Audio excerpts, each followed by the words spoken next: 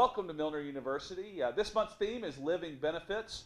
As we talk about long-term care, a lot of our advisors tell us, it's getting harder and harder to place traditional long-term care policies.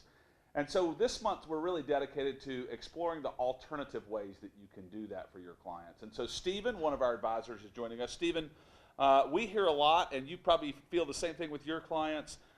There's a need out there, but people don't necessarily have the appetite to pay those traditional long-term care premiums, and so they're just going to kind of move through it. How do you help position alternative solutions with your clients so that they can still have a chance to solve that long-term care need? Well, Michael, I don't know if a lot of other advisors will be able to identify. I think they will.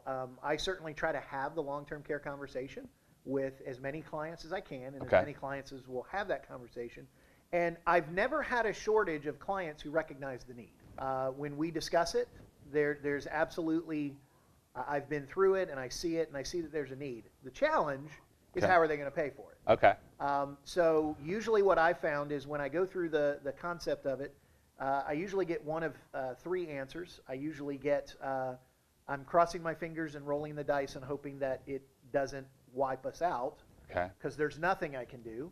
We've had the conversation where we talk about the monthly premiums, and they see the need for it, but they don't want to add another item in their monthly budget.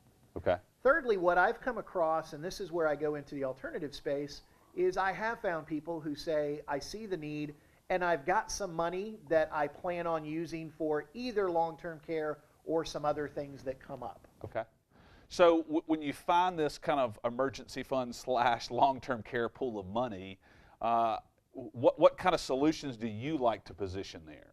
I actually, there's really only one solution that I've used, and every time I've offered it, it has really come across very well to the client, and the client has been forced to make a decision one way or the other. And that is basically using the lump sum premium, a one-time lump sum premium to put into a long-term care contract. The reason it's very appealing to the client, the reason they like it, is that your money is going to be used for something. You will either, when you put the lump sum of money in, if at any point in time, most of these contracts will allow the client to take that lump sum of money out. Clients recognize, I'll never lose my money. That's a good thing. And then what the concept I've used that seemed to get the most traction is to talk about the concept of leverage. We are leveraging your money that will be used either for long-term care or for your death. Since long-term care is the usage we are planning on first and foremost, we want to leverage it the most. Depending on their age, we can leverage it a lot of times a factor of 2, 3, 4, 5 or more. And then if you don't happen to use it for long-term care, and if you don't happen to come back and get the lump sum during your life, there's always a death benefit. It's kind of a fail-safe, if you will. All right.